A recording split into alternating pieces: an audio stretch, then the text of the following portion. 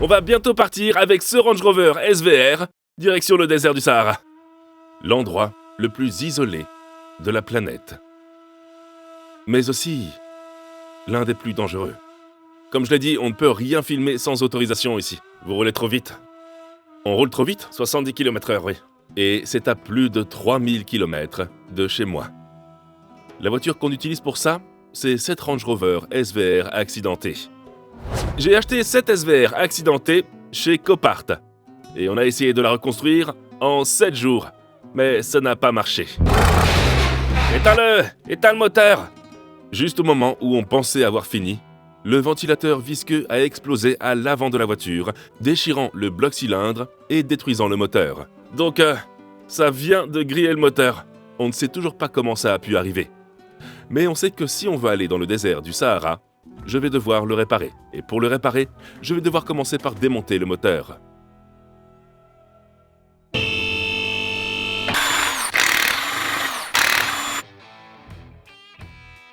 Si je disais que retirer ce moteur allait être facile, eh bien, je mentirais. On dirait que Land Rover aime bien utiliser plein d'écrous et de boulons de taille différentes pour tout fixer, contrairement à beaucoup de voitures allemandes sur lesquelles je bosse. Mais malgré ça, mon plan est de démonter le moteur avec le sous-châssis et la boîte de vitesse qui y sont fixés. Pour ça, je vais accrocher les étriers de frein pour qu'ils restent sur la voiture et pour que je n'ai pas à les purger après. Mais je dois quand même enlever l'échappement pour pouvoir accéder à l'arbre de transmission qui va de l'arrière de la boîte de vitesse au différentiel arrière. Après ça, il suffit de déconnecter tout ce qui relie le moteur à la voiture. Une fois que j'ai fait ça, je peux commencer à dévisser les boulons qui fixent le support de boîte de vitesse au châssis. Maintenant, le moteur est juste maintenu par quelques boulons du sous-châssis. Donc je peux abaisser la voiture et commencer à tout démonter sur le dessus, comme les conduites de climatisation et les conduites de carburant qui vont du réservoir à l'arrière de la voiture au moteur à l'avant, puis le CU du moteur. Après ça, je peux redescendre la voiture et j'ai déjà préparé les chandelles. Donc quand j'enlève ces boulons du sous-châssis, celui-ci devrait juste reposer sur les chandelles. Et une fois que je suis sûr à 100% d'avoir tout déconnecté, on peut soulever la voiture et le moteur et la boîte de vitesse devrait rester en place. Il ne me reste plus qu'à retirer le radiateur à l'avant du moteur. Dieu merci. Maintenant que c'est enlevé, on devrait pouvoir mieux voir les dégâts. Voilà le trou qui a causé tous ces problèmes. Voici le bloc cylindre, c'est pas un carter de distribution. Ça, c'est le couvercle de distribution qu'on peut enlever. Et ça, c'est le bloc cylindre. On a deux options. La première option consiste à ressouder le support sur le bloc cylindre. Est-ce que je serai confiant ? Je sais pas trop, ça va toujours me trotter dans la tête, surtout si on s'apprête à faire un voyage de dingue dans le désert du Sahara, et je ne veux pas avoir ça en tête. L'autre option est de s'en débarrasser et d'acheter un moteur d'occasion. Et c'est ce qu'on a fait. On a le moteur !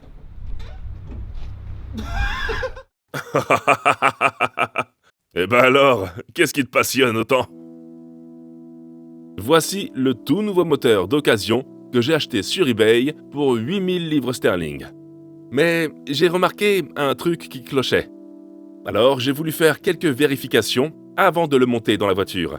C'est comme un petit... Ah ouais, il y a une petite flaque. Ouais, il y a une petite flaque là, non ? Regarde ça. On a acheté ça sur eBay. Et on voulait venir le chercher, mais le gars a dit qu'il voulait récupérer la boîte de vitesse. Du coup, quand on l'a démonté, on a trouvé plein de trucs qui ne nous ont pas vraiment rassurés. Par exemple, ce moteur, cette boîte de vitesse, ne sont clairement pas d'origine. Parce qu'on a vu ces clips ici. On voit que ce clip est censé s'accrocher là. Mais il y a déjà un clip ici. Et ce clip-là est censé aller là. Mais il y a déjà un clip à cet endroit. Donc ce n'est pas la boîte d'origine. Tous ces boulons du carter d'embrayage sont au mauvais endroit. Et il manquait d'autres trucs aussi. Il manquait des connexions et on a pris les bougies. Les bougies contact étaient fissurées. Et l'intérieur de l'admission était plein d'eau. Du coup, ça ne nous a pas vraiment rassurés. Mais heureusement, on l'a appelé et comme on venait juste de le récupérer, il était d'accord pour le reprendre. Donc au moins, on ne s'est pas fait arnaquer. Il s'est excusé parce qu'il ne le savait pas lui-même. Donc, on va renvoyer celui-là. On va en acheter un autre moins cher, mais qui a un peu plus de kilomètres. Donc, mon père va aller le chercher et j'espère qu'il sera un peu mieux. Attendons qu'il arrive. On l'a échappé belle. Ça aurait pu être un vrai désastre. Mais pendant que j'attends que mon père ramène ce moteur et aille en chercher un autre sur eBay, je m'occupe de démonter la boîte de vitesse de mon moteur. Comme ça, quand le nouveau moteur arrivera, je pourrai remettre cette boîte de vitesse sur le nouveau moteur. Il y a plein de trucs qui fixent le moteur à la boîte de vitesse, comme cet arbre de transmission par exemple. Et en plus de ça, je vais aussi retirer les tuyaux de descente du moteur car ils ne sont pas inclus avec le nouveau moteur qu'on achète. Une fois qu'on aura dévissé tous les boulons du carter d'embrayage, on devrait pouvoir retirer la boîte de vitesse et le convertisseur de couple de notre moteur cassé. Il ne reste plus qu'à dévisser les supports du moteur, ce qui devrait nous permettre de soulever le moteur cassé du sous-châssis.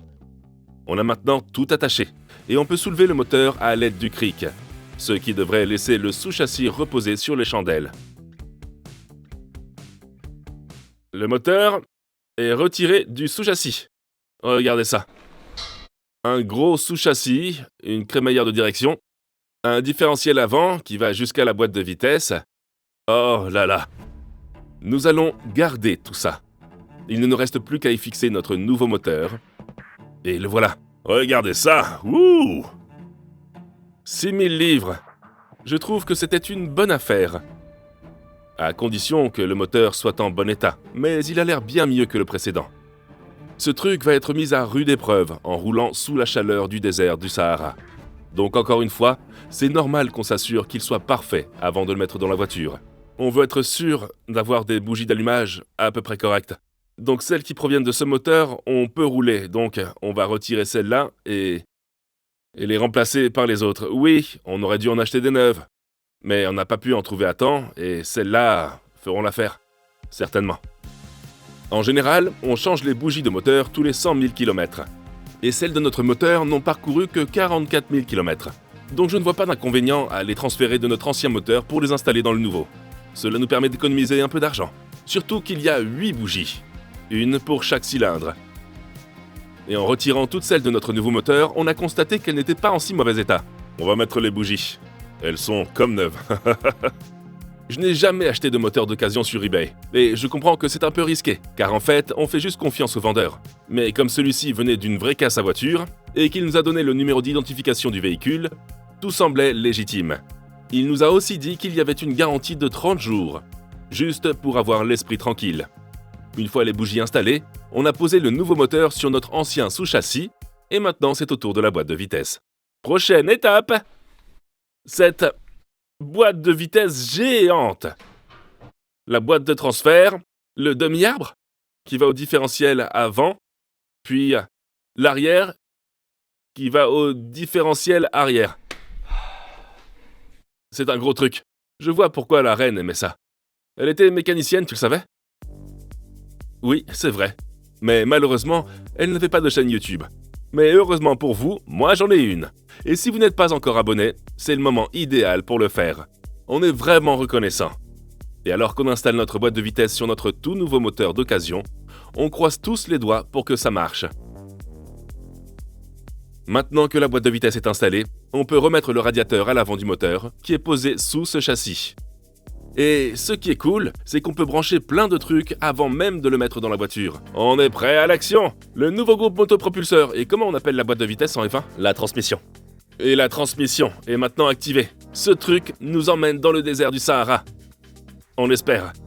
On va descendre le Range Rover au-dessus du moteur, de la boîte de vitesse et du sous-châssis, puis glisser ces boulons qui fixent le sous-châssis à la voiture. Une fois quelques boulons en place, on devrait pouvoir soulever la voiture avec le moteur attaché et commencer à tout remonter. Autre chose à garder en tête, on n'a encore jamais conduit cette voiture, même avec l'ancien moteur. Donc on ne sait pas si elle a d'autres problèmes cachés. Mais je suppose que c'est le risque qu'on prend quand on achète des voitures accidentées. Maintenant que la voiture est en l'air, on peut visser tous les boulons du sous-châssis, l'arbre de transmission, les barres avant, la suspension, les étriers de frein et tout ce qu'on avait démonté juste pour sortir le moteur. Une fois tout ça fait en dessous, la voiture peut redescendre et Liam et moi pouvons démonter tout ce qui se trouve dans le compartiment moteur. Les conduites de carburant, les filtres à air, le vase d'expansion pour le liquide de refroidissement et il y a même du liquide pour la barre anti-roulis. Et enfin, un peu d'huile moteur. Et on pense que ça devrait juste suffire pour démarrer ce truc. C'est l'heure de quoi? C'est l'heure de le démarrer. T'es content? Tu penses que ça va marcher? Ah, tu penses que ça va pas marcher? J'espère que ça va marcher, mais je peux pas... Franchement, je sais pas trop avec cette voiture. Je pense que on a vraiment tout essayé. On a fait tout ce qu'on pouvait faire. Quand on arrive à 7 heures de la nuit, on commence à oublier des trucs. Conduite de carburant. Connecté. 1, 2. On a les conduites du démarreur. Ouais. J'ai fait ça. Et le câble de masse. J'ai fait ça. Mon père a fait le câble de masse pour la boîte de vitesse, donc c'est fait. Le CU, c'est nous qui l'avons fait. L'huile, on l'a fait. Le filtre à huile, c'est fait. Les bougies d'allumage et tous les connecteurs sur les bougies. Ouais, je pense qu'on est pas mal. Il n'y a pas de liquide de refroidissement. On doit mettre du liquide de refroidissement quand on est sûr que ça démarrera. On est prêt?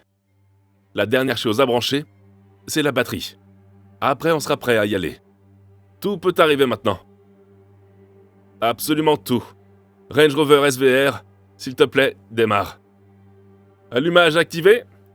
Liquide de refroidissement bas.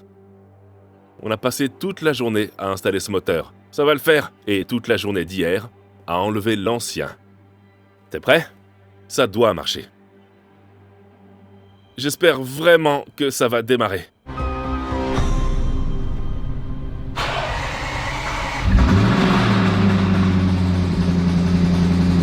Éteins-le!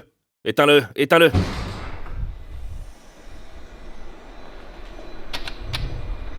Ça a pas l'air très sain. C'était quoi? On aurait dit un bruit grave, non? Encore une fois? À moins que ce soit juste un problème de pression d'huile. Mais ça ressemblait à un problème au niveau du bas moteur. On a eu ce problème avec l'autre, quand on n'avait pas assez de puissance, il fonctionnait mal. Non, c'était vraiment mauvais. Écoutons-le encore pour voir de quoi il s'agit. C'était vraiment mauvais. Vas-y, redémarre.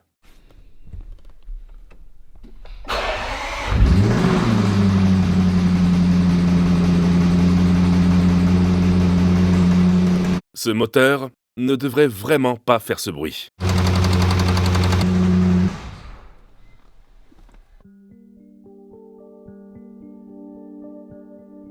Oh mon Dieu! Oh là là! Ça fait 2 moteurs! Ça fait 2 moteurs! Le premier était trempé. 3 moteurs, parce que le tien a explosé. Oh mon Dieu! C'est pas drôle, mais c'est drôle. Ça commence à devenir un grand classique. Il est 1h du matin, on a démarré la voiture, et le bas moteur est fichu, regarde-le. C'est pas vrai. Ce bruit de moteur ressemble vraiment à celui d'un roulement de bas de caisse qui lâche. Ces roulements sont au bas de la bielle, autour du vilebrequin, et permettent au piston de monter et descendre en douceur, et un carter d'huile dans le vilebrequin assure la lubrification de l'ensemble. Mais ces roulements avaient des tolérances tellement serrées que si l'un d'entre eux s'usait, ça faisait un bruit de cognement comme ça. La bielle a joué sur le vilebrequin, ce qui a causé une panne moteur, et un bruit aussi fort nécessite une reconstruction complète du moteur. J'arrive pas à y croire, j'arrive pas à y croire! Y a pas moyen qu'un bon moteur de SVR existe? Non, je pense pas qu'il y en ait. C'est pour ça qu'ils ont tous abandonné. Le bas moteur est complètement fichu. Il est fichu. On a claqué 6000 livres et on a roulé jusqu'à Bristol pour ce moteur. Et il est fichu. Ça s'annonce pas bien du tout. Quand est-ce qu'on part pour le Sahara? Dans une semaine? La semaine prochaine!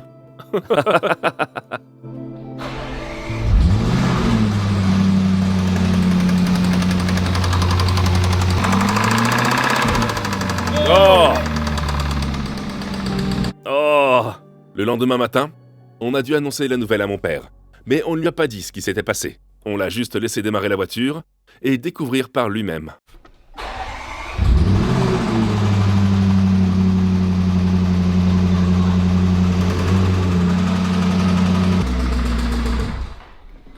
T'en penses quoi? Tu penses que c'est quoi? Est-ce que ça veut dire que on va devoir enlever tous les éléments de ce moteur pour le mettre dans celui-là?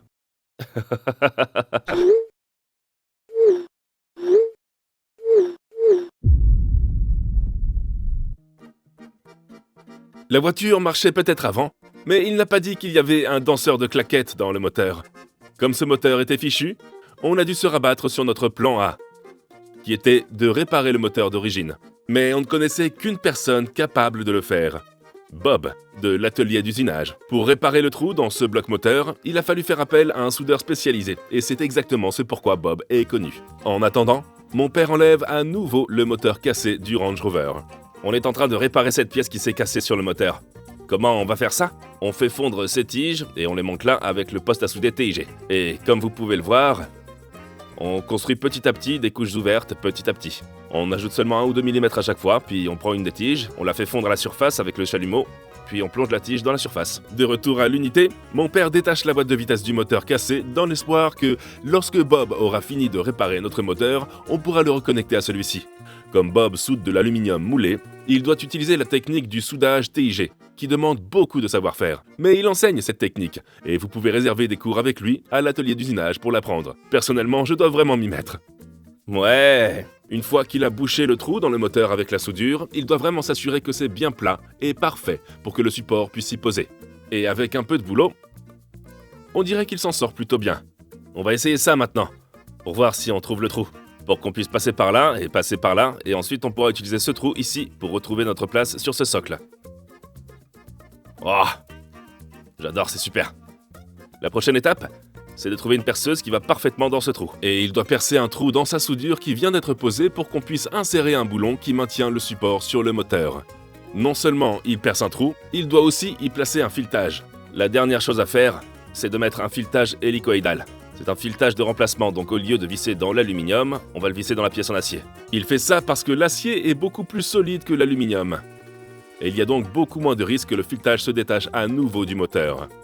C'est malin de la part de Bob, mais je n'ai jamais douté de lui. C'est bien solide maintenant. Et regardez ça. On espère que c'est plus solide et plus efficace que l'équipement d'origine. Mais il n'y a qu'un seul moyen de le savoir si ça a vraiment marché. Voilà donc notre moteur d'origine qui a explosé. Mais j'espère que Bob a trouvé la solution. Notre destin est entre les mains de Bob en ce moment. Il a soudé comme il faut. Et il a surtout bien aligné là où ça devait être. C'est même pas soudé sur l'ancienne pièce. C'est une toute nouvelle pièce qui est soudée. Mais bon, ça devrait être bon, j'espère. Le truc avec le moteur, c'est que on ne sait jamais tant qu'on ne les a pas montés et mis en marche. Donc, notre boulot maintenant, c'est de remonter ce moteur et de retirer 7 boîtes de vitesse du moteur, de les installer ensemble et d'espérer que tout aille bien. Mais un immense merci à Bob pour avoir fait ça. Espérons que ça marche. Allez. Avant de remettre le moteur d'origine dans la voiture, je dois m'assurer de remettre tous les accessoires, comme la pompe à eau, et toutes les courroies et poulies. Ensuite, je peux soulever le moteur, le remettre sur le sous-châssis et le reconnecter à la boîte de vitesse. On est devenus des pros dans ce domaine, car on l'a déjà fait tellement de fois. Tout se remet en place. Le moteur d'origine avec le sous-châssis d'origine et la boîte de vitesse d'origine. Je sais bien que vous n'avez pas envie de me voir remonter une fois de plus un moteur Range Rover. Alors, finissons-en le plus vite possible. Ces deux-là ne s'entendaient pas avant, alors on espère que maintenant, ils s'entendront bien. C'est à cause de ce ventilateur visqueux que le moteur a lâché. Il tourne avec le moteur pour le refroidir. Cette fois, on s'assure qu'il est bien fixé. Maintenant, remettons ce moteur en place. Il est temps de remettre l'ancien moteur dans la voiture. Donc, espérons que ça marche. On utilise exactement la même technique que la dernière fois. On abaisse la voiture sur le moteur et le sous-châssis, puis on met les boulons qui la fixent à la voiture. On soulève à nouveau la voiture et on branche tout en bas et tout en haut. Pour l'instant, on a laissé le pot d'échappement de côté, parce qu'on veut voir si cette réparation marche. Et maintenant, c'est le moment. On a pensé à donner à Anna l'honneur de le démarrer, car elle pourrait nous porter un peu plus de chance que la dernière fois. Ok, y a rien à propos de l'huile. D'accord. Vas-y. Démarre. Ouais. Vas-y.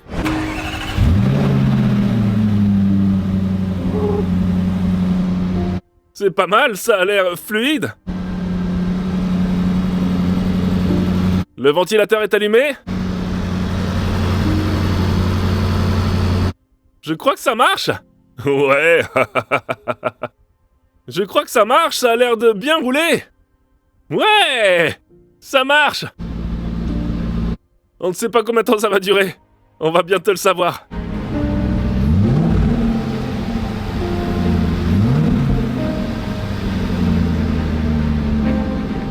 C'est pas mal. Ouais, pourquoi t'es resté en retrait? Je pense que ça va. On l'a même pas encore conduite. Et on doit la conduire à travers le désert. Maintenant, il va falloir tout remonter. Il faut mettre les dessous de caisse en place, les pare-chocs. Il faut mettre les liquides, le liquide de refroidissement. Ça a l'air super fluide. Bob? C'est réglé. Maintenant, finissons tout ce qu'on n'a pas pu finir quand on a acheté la voiture. Le liquide de refroidissement est mis, on installe l'échappement. Le cache rétroviseur en carbone avait disparu dans l'accident, mais j'ai réussi à en trouver un sur eBay et on peut le remettre en place. Tout commence à prendre forme. On va changer le toit ouvrant pendant qu'on installe la clim, parce qu'on va vraiment avoir besoin de la clim dans le désert. Quand on a récupéré la voiture, le toit était abîmé et le haillon arrière était cassé. Screensaver est déjà venu et a enlevé cette partie du toit. On a dû nettoyer, puis ils ont pu mettre de la colle pour en poser un nouveau. J'ai réussi à en trouver un sur eBay pour environ 200 livres. Mais après avoir remis la vitre arrière en place, on a remarqué que le toit ouvrant était tordu, à cause du choc lors de l'accident. Vous pouvez voir ici qu'il est légèrement tordu. Heureusement pour nous, le toit ouvrant se dévisse facilement. Une fois que vous l'avez soulevé dans cette position, vous pouvez accéder aux 4 boulons pour retirer le toit. Et une fois retiré, on devrait pouvoir le replacer par un autre d'occasion. Regardez ça, un toit ouvrant teinté pour que personne ne puisse voir à travers quand on est dans l'avion. Mon père et moi avons commencé à installer le toit d'occasion qu'on a acheté. On l'a glissé à sa place, mais il n'est pas juste question de le visser directement. Il a fallu beaucoup d'ajustements pour s'assurer qu'il soit bien aligné et à fleur. Le nouveau toit ouvrant est en place, regardez ça. C'est fait. Maintenant le pare-choc avant. Ça va vraiment donner un look complet à la voiture. Le carrossier est là peint, il ne reste plus qu'à le brancher, à connecter les connecteurs électriques pour les capteurs de stationnement et la caméra à l'avant, puis le boulonner. Puis enfin, la calandre avant qui contient du carbone. Il reste quelques éléments à installer sur le pare-choc, comme ces extensions d'ailes qui n'existent que sur le SVR, puis le capot moteur en fibre de carbone peut être clipsé. Et regardez ça. En quelques minutes, le SVR est comme neuf.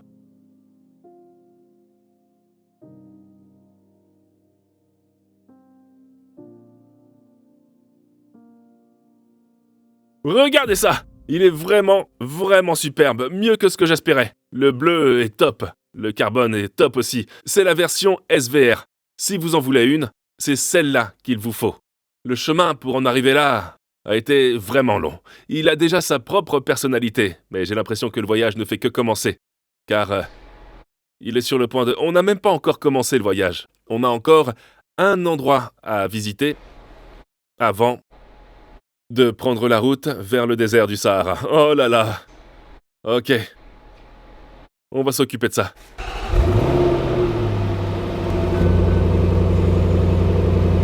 Ça me va, mais où est-ce qu'on en est là? Tout va bien, sauf le voyant de pression des pneus, qui s'éteindra dès que je commencerai à rouler, parce que je viens de gonfler les pneus. Oh mon Dieu, je suis vraiment nerveux à l'idée de conduire cette voiture. C'est comme si j'avais peur de tout. Je suis sûr que je vais prendre confiance une fois que je me serai lancé. Le SVR roulait et quittait la rampe pour la première fois depuis l'accident. Nous y voilà. Est-ce qu'il bouge? Ouais, il bouge! Tout avait l'air super bien. Et cette voiture a déjà fait un bout de chemin depuis qu'on l'a récupérée. L'avant était complètement cabossé et tous les airbags s'étaient déclenchés à l'intérieur. Elle roule, allez! Et maintenant, elle sort pour la première fois du garage. On est hors du garage! C'est ici que le voyage commence. Ouais, je pense que je suis tellement... J'ai jamais conduit une voiture comme ça, donc je sais pas, on vient juste de décider d'aller tout droit dans le désert du Sahara. On l'a même pas essayé une seule fois, on n'a même pas encore fait un seul kilomètre. Mais il y a encore un endroit où aller. J'ai l'impression que je vais vraiment aimer cette voiture.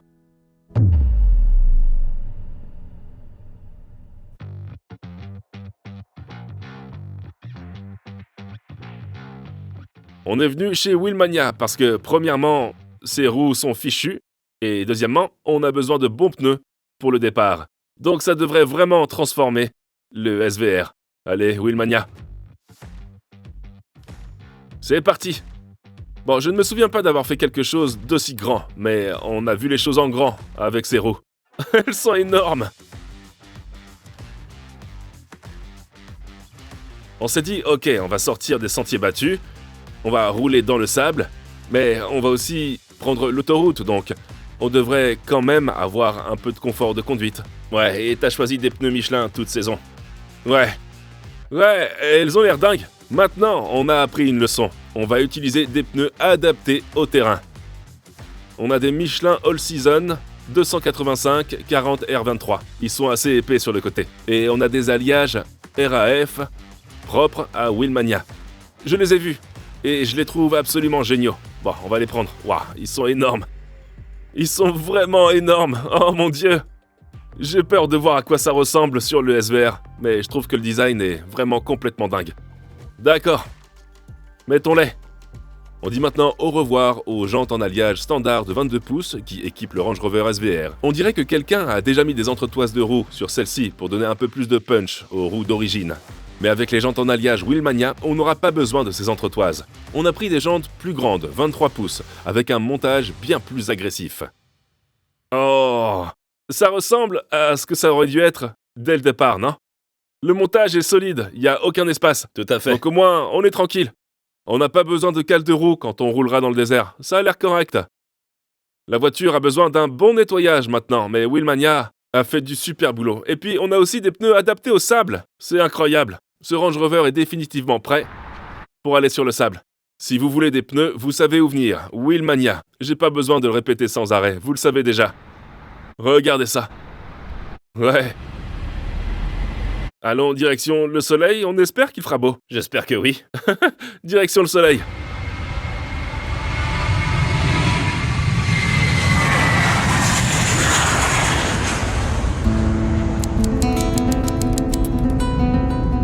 On atterrissait à Almeria, en Espagne. Et c'est là que notre road trip allait commencer. Le SVR avait été expédié ici, et on devait prendre un ferry avec la voiture pour aller au Maroc. La compagnie maritime ne voulait pas transporter la voiture directement au Maroc à cause de plein de complications aux frontières. Les gars, la voiture est arrivée! Elle est arrivée? Ouais, elle est arrivée. Oh, elle va démarrer, tu crois? On espère bien. Pour le voyage, il y aura moi, Matt, le caméraman, mon père et Toby, le deuxième caméraman. Mais ce qu'ils ne savaient pas, c'est que j'avais une petite surprise pour eux. Nous voilà, le SVR est arrivé dans le sud de l'Espagne, à Almeria. Il ne nous reste plus qu'à le décharger de la remorque, et avec un peu de chance, on arrivera jusqu'au désert du Sahara. C'est déjà un gros moment, c'est la 3e fois. C'est seulement la 3e fois qu'on démarre le moteur depuis qu'on l'a réparé. T'es content de partir en voyage? Ouais, carrément. Ouais. Et toi, t'es content, Toby? Je dirais que oui, mec, c'est génial. C'est vraiment trop dingue. T'as déjà fait un road trip en SVR? Non. Non? Surtout avec un moteur soudé. Un grand moment. Ça y est, c'est parti! Et voilà, le Range Rover SVR est en train d'être déchargé et atterri en Espagne. On est parti! Et c'est parti! Matt est déjà en sueur. Celle-là, c'est à moi. C'est tout? C'est bon. On y va?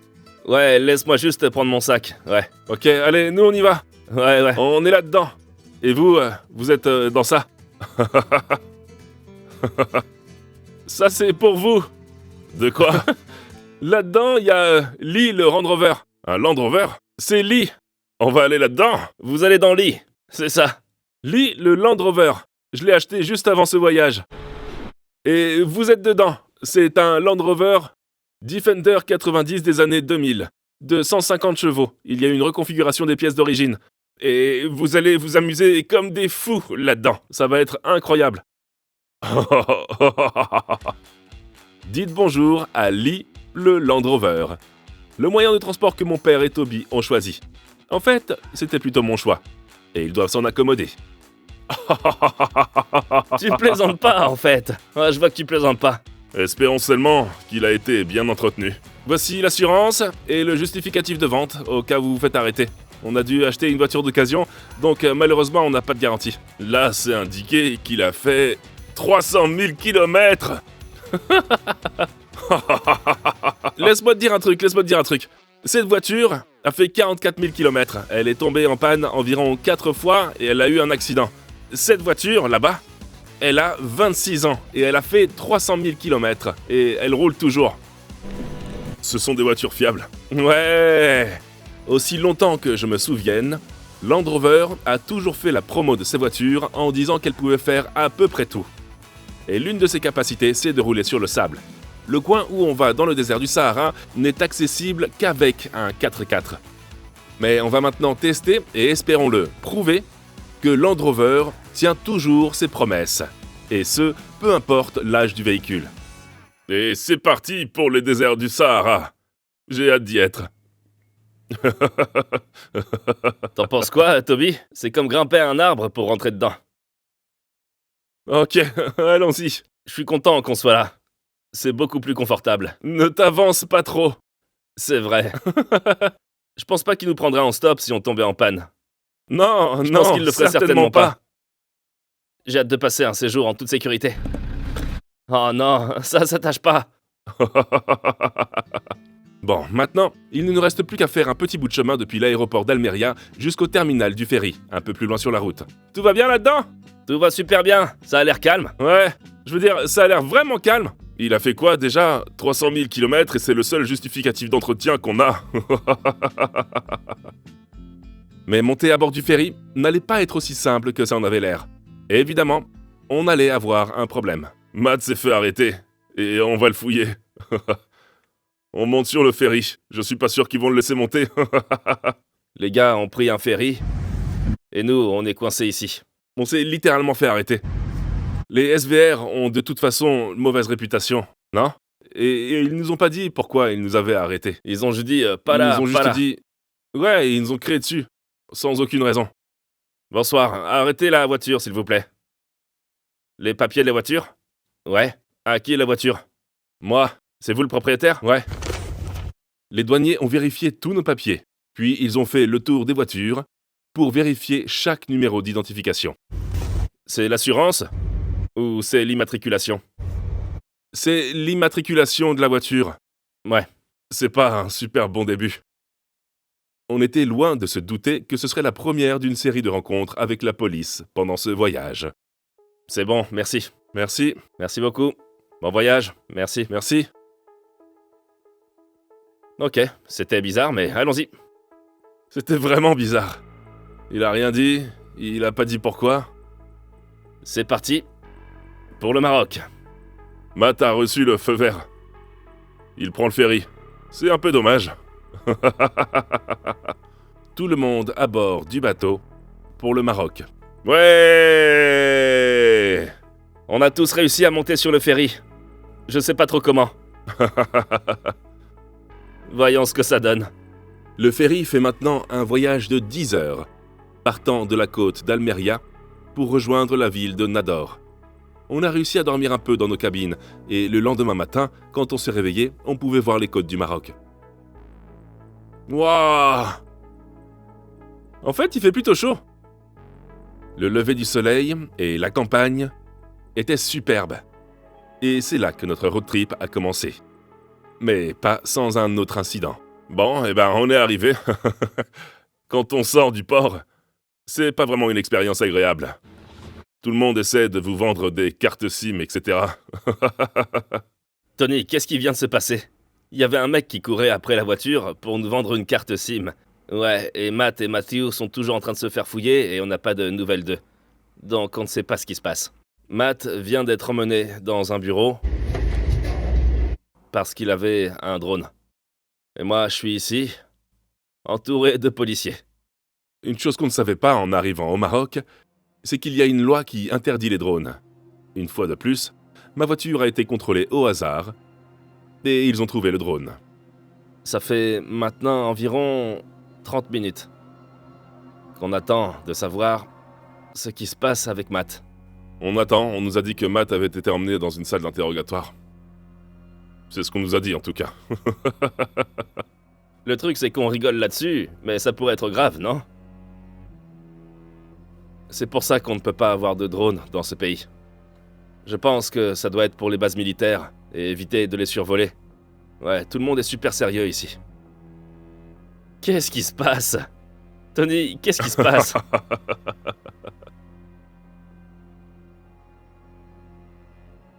On n'a pas pu le garder le drone. C'était intense, non? C'était vraiment horrible. Une nouvelle toute fraîche. Allez, vas-y, raconte. On est libre. Ah oui! On m'a laissé partir après m'avoir fait attendre plus d'une demi-heure au poste de police. Maintenant, il ne nous reste plus qu'à retrouver les autres. Oh mon Dieu. Ce SVR est dans un pays où on n'est jamais allé. Et on a juste conduit cette voiture en faisant un aller-retour à Wilmania. C'est vraiment flippant. C'est flippant, si on tombe en panne, je crois qu'on est foutu. On a vu une tache bleue sur la colline. Centrale, j'ai un visu. Ouais.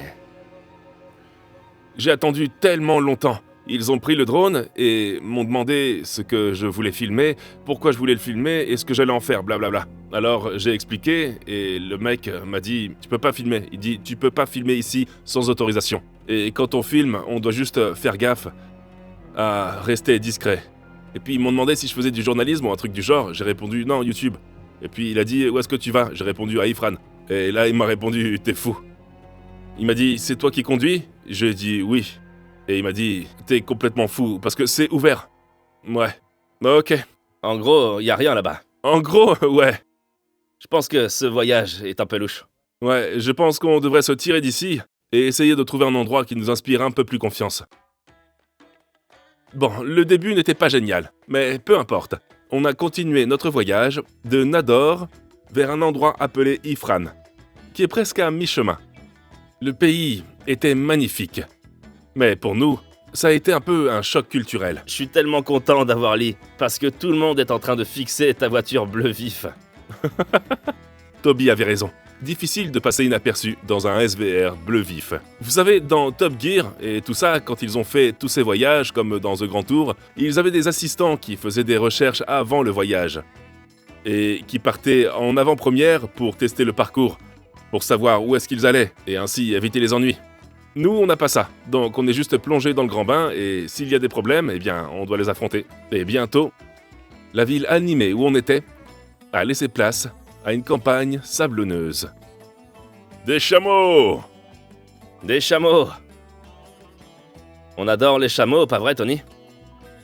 Comme on était maintenant hors de la ville, on a trouvé une station-service, et on s'est dit que c'était le bon moment pour vérifier les voitures. Ça vient juste de sortir de lit?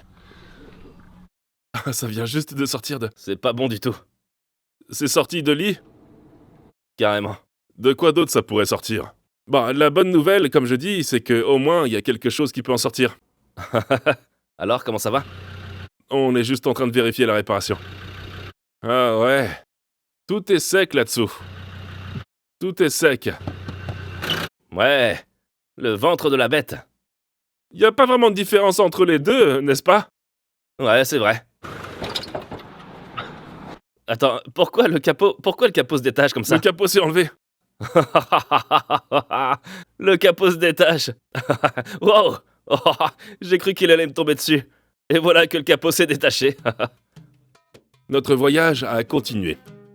Et plus on avançait, plus on se sentait isolé. Comment ça se passe avec le bruit là-dedans? Ouah. On dirait qu'ils sont dans un tunnel. L'endroit où on va, à Ifran, est connu pour être une sorte de mini-Suisse au Maroc. Et il y a même parfois de la neige. Cet endroit est à une altitude bien plus élevée que le reste du Maroc. Donc on s'attend à ce que les températures baissent et que le paysage change beaucoup. Et nous sommes enfin arrivés à notre premier hôtel, à Ifran.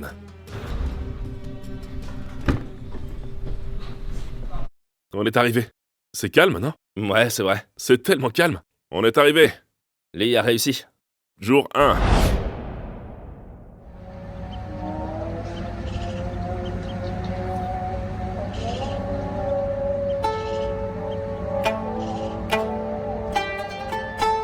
Se réveiller pour la prière était plutôt sympa. Mais on s'est vite remis en route, car on avait un long trajet à faire dans le désert du Sahara.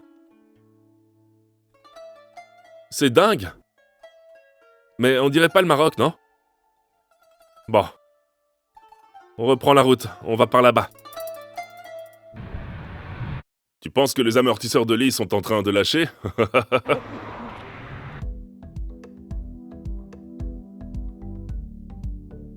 Le paysage continuait de nous émerveiller. Mais c'est ce jour-là qu'on a vraiment commencé à découvrir le Maroc. On a découvert qu'en voyageant d'un village à l'autre, il y avait plein de contrôles de police aléatoires. Certains ne vous arrêtent pas du tout. D'autres, oui. Bonjour, ça va super, et vous? Vous venez d'où? D'Angleterre.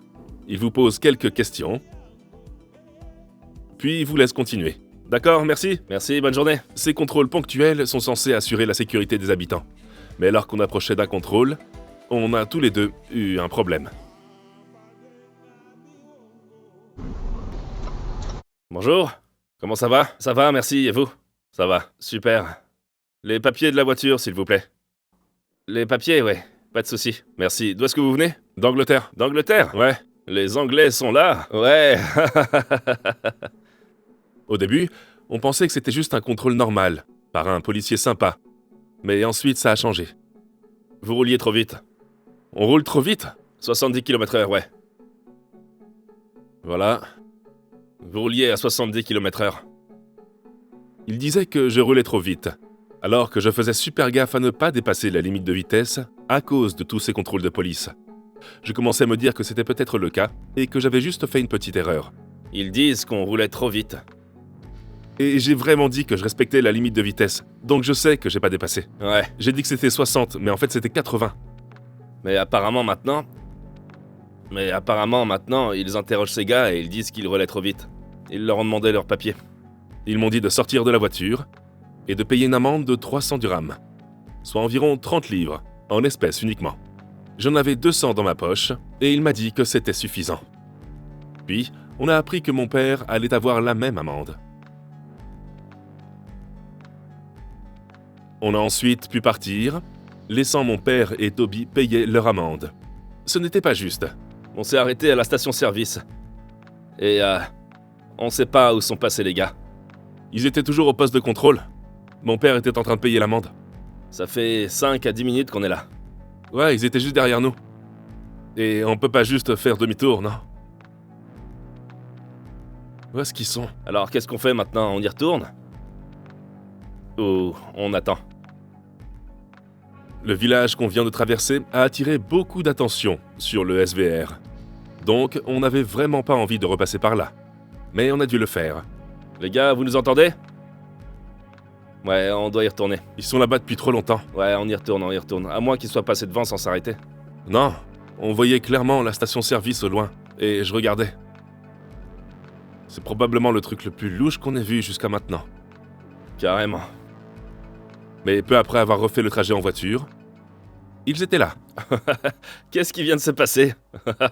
J'ai réussi à m'en sortir avec la moitié de l'amende seulement. Oh, c'était grâce à tes charmes. Ouais, ça doit être ça. Ouais, ça doit être mes charmes. Mais quand il est revenu, pour dire au revoir, ce petit bonhomme ici était en train de filmer. Et il l'a vu filmer. Oh, tu t'es fait choper. Dans le dernier clip que j'ai filmé, j'expliquais le dépassement. Et puis Tony, bien sûr, était avec la police. Et je filmais par en dessous, comme pour expliquer ce qui se passait. J'expliquais ce qui était en train de se dérouler. Et après ça, j'ai filmé les flics pendant genre 2 secondes. Et il m'a vu du coin de l'œil. J'ai essayé d'effacer vite fait, mais comme je paniquais, j'y arrivais pas. Et il m'a vu et on a fini par lui donner une amende de 400 dirhams. Et il a pris une photo de nos passeports. Il a pris des photos de vos passeports? Vous êtes des criminels maintenant? Ouais, on est des criminels. Vous êtes des criminels. Il a noté toutes ses coordonnées. Mais c'est toi qui filmais alors, pourquoi Tony? À cause du permis de conduire. Ah, il a pris le d'accord. permis de conduire et il a tout noté. Donc si Tony va en prison, c'est à cause de toi. En gros, libérez Tony. Il est allé sur Google Translate, il a tapé un truc et ça a dit « Tu as de mauvaises intentions ». Oh! J'étais comme... c'est comme un biscuit chinois, ouais. On a continué notre voyage, vu qu'on était seulement à 2 heures du désert du Sahara, en faisant super gaffe à notre vitesse. On a maintenant parcouru 640 km. Et le soleil brille toujours. Mais voilà que ça recommence. on entre dans une zone limitée à 80 km/h. Peu après, on se fait encore arrêter par la police. Bonjour. Hello. Armstrong.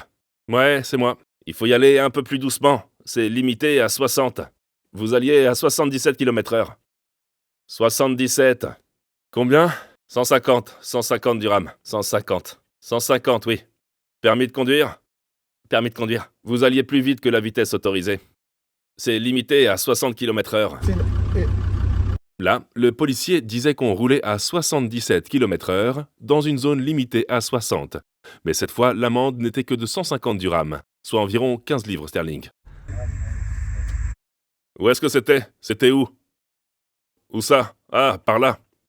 Encore une amende. J'ai respecté la limite de vitesse partout, si ce n'est en dessous, partout où on allait. Il a dit que c'était combien, la limite de vitesse ? 60 ? Ouais, 60. Et il a dit que tu roulais à 77. Il a été sympa. 77. Je me demande où il m'a vu rouler à 77. Genre, où ça ? Je sais pas.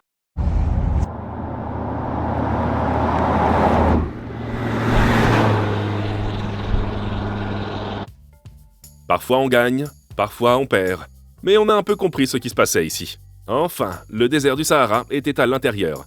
On y est presque. On est vraiment tout près du désert du Sahara. Et ça a l'air tellement bizarre. C'est comme des montagnes, mais avec du sable. C'est tellement bizarre parce qu'on est au milieu de nulle part et voilà que ça apparaît. Donc, j'imagine aussi que cette route va devenir moins praticable quand on y arrivera. Et puis, on va tester le mode sable et voir comment les deux voitures se comportent. On est tellement loin de chez nous, les gars. Tellement loin. C'est complètement dingue. Un chameau qui se détend au bord de la route. Je n'ai jamais rien vu de tel. Allons-y, regardez ça, on a littéralement tout le désert du Sahara devant nous. Oh mon Dieu. C'est Matt. Tu penses que Lee peut aller là-bas ? Eh bien, qu'est-ce que t'en penses ? C'est de la folie. On était juste au bord du désert du Sahara. Et c'était la première fois que les deux voitures roulaient sur du sable. Alors on s'est dit que c'était l'occasion parfaite pour voir si elles faisaient ce qu'elles devaient faire. On est maintenant arrivé à la lisière du désert du Sahara. C'est là que commence le test de ces deux voitures. On a tracé un parcours autour des dunes de sable et c'est chronométré. Mais il y a un truc en plus. Nos passagers auront 2 bouteilles d'eau ouvertes. Et celui qui aura le moins d'eau à la fin aura 2 secondes de pénalité. Toi, tu seras à l'arrière de Lee. Quant à Matt, il sera à l'arrière du SVR. Commençons ce test. N'oubliez pas, c'est 2 secondes de pénalité. Conduis en douceur. On y va. 3, 2, 1, c'est parti. Ouais, bon début. Bon début.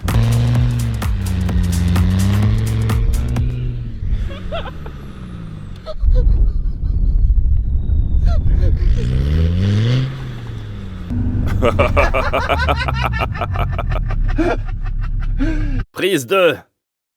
Allez, Lee. Vas-y, Lee. Allez. Ouais. Ouais. Vas-y, Lee. Go. Allez, Tony. Bon, ce que je voulais vous dire, c'est que... Oh, qui reste sur la bonne voie. C'est vraiment la première fois qu'on utilise YFood pour ça. La bouffe est tellement bizarre ici au Maroc. C'est le moment idéal pour YFood, qui est une boisson de substitution de repas. Et le top, c'est qu'il est plein de vitamines, de minéraux, il est riche en fibres, en protéines, c'est sans lactose, sans gluten et sans sucre à ajouter. Et il nous apporte vraiment tout ce dont on a besoin pour continuer notre road trip, sans devoir s'arrêter dans des endroits louches qu'on ne connaît pas pour manger. Allez, Tony. Allez, vas-y, allez.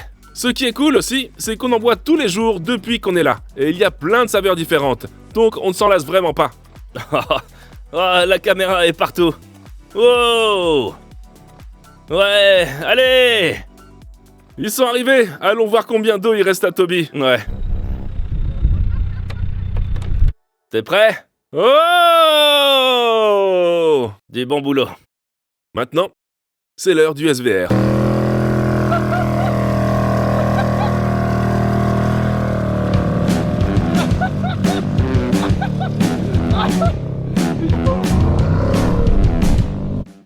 Allez, plus vite. Ok, je vais essayer. Je gère l'eau. C'était génial. Je vais plus vite. Oh mon Dieu. Je vais plus vite. Ah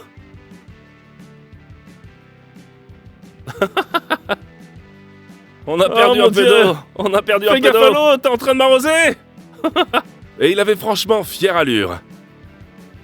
Ah, attention au virage.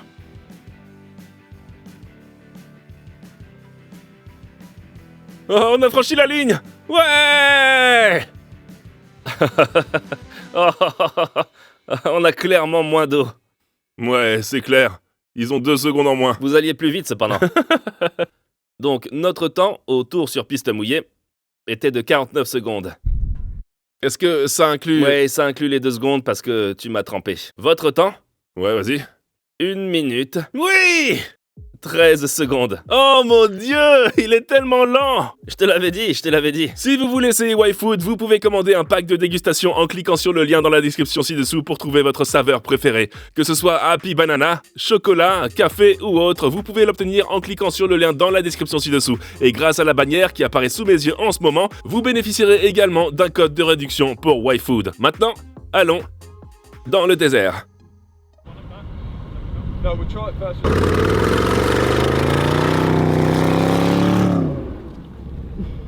Oh mon Dieu. C'est toujours quand tu le fais à la fin, pas vrai? On a tout fait, on s'est dit, allez, vas-y, c'est parti. Mon père est monté dans la voiture, et on est arrivé ici, et j'ai accéléré, et l'arrière a dérapé dans le sable. Et maintenant, on a du mal à en réchapper. Le problème, c'est qu'on peut littéralement plus sortir la voiture. Et il va faire nuit dans 2 heures. Ouais, mais regarde. Regarde comment la voiture est enlisée. Ça ne fait que creuser de plus en plus, non? Et même si on arrive à sortir de là, le sol sera mou, donc on va devoir continuer à creuser. Le SVR était coincé.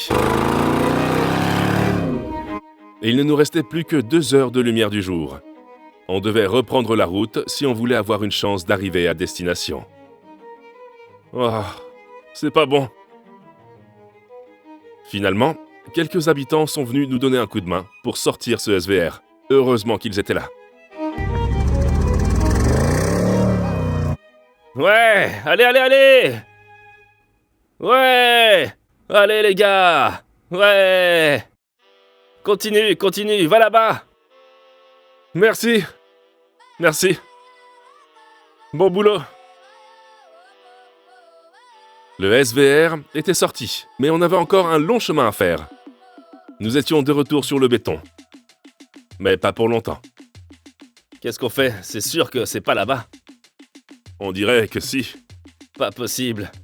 C'est parti. Notre voyage à travers le désert du Sahara commence maintenant. On s'est entraîné, mais là, ça devient sérieux. On y est. Le vrai test du Range Rover, le vrai test de la reconstruction. On a traversé tout le Maroc. C'est le moment de briller. Allez. C'est là que tout a commencé à déraper. Oh mon Dieu, comment on va s'en sortir? Oh, j'y crois pas. Lee est descendu pour tester cette route et voir si on pouvait vraiment descendre. Lee a réussi, mais c'était une impasse, donc ils ont dû faire demi-tour. Wow.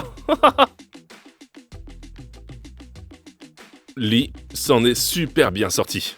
Ainsi que le Range Rover, pour être honnête. C'est déjà chaotique. On n'est pas sur le sable, on est juste sur du gravier. Mais plus on s'enfonçait dans le désert, plus ces voitures étaient mises à rude épreuve. Les paysages étaient vraiment uniques. C'est un Range Rover Sport, il a des sièges baquets. Donc la suspension est assez rigide quand il le faut. Mais quelle voiture! Allez!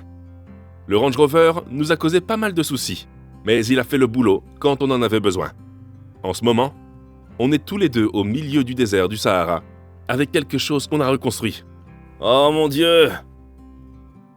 Non seulement cette voiture est superbe, mais elle est aussi très performante. C'est parti, on est complètement sur le sable maintenant. Et même sur le sable, j'avais confiance en cette voiture, tout comme mon père avec Lee.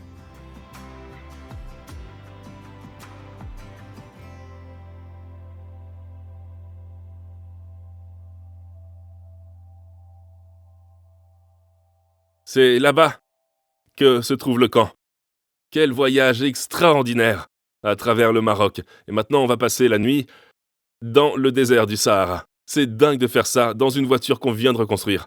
Et Lee, le Range Rover, a réussi aussi. Bravo Lee! Bravo Lee!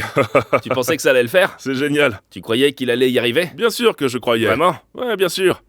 C'est un vieux Land Rover des années 2000, de mon époque. Ils disent que les Land Rover et les Range Rover peuvent tout faire. Et je dois dire qu'ils ont raison, parce qu'il a vraiment tout fait, et que les réparations ont tenu le coup. On a bien fait. On a changé le moteur plusieurs fois, on a bossé dur et utilisé presque tous les modes, mais ça valait vraiment le coup pour avoir cette magnifique vue. Les deux voitures ont réussi.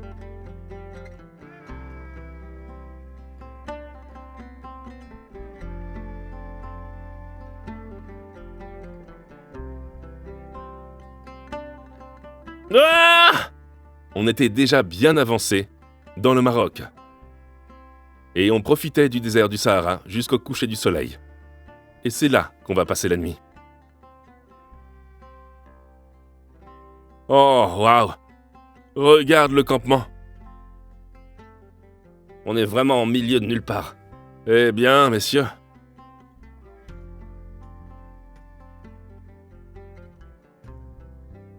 Ouais!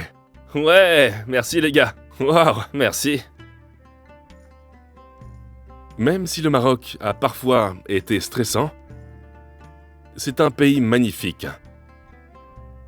Et les deux voitures ont fait un voyage incroyable. Mais l'une d'elles doit partir.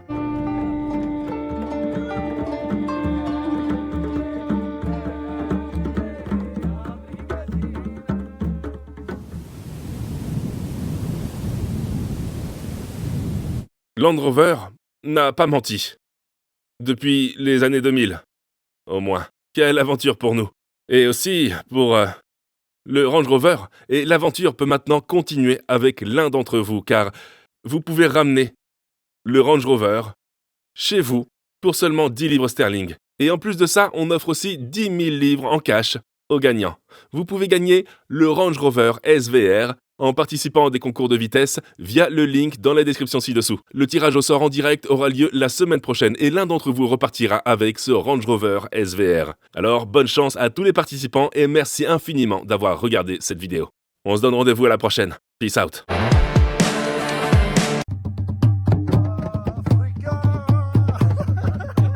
Drug that I just can't deny.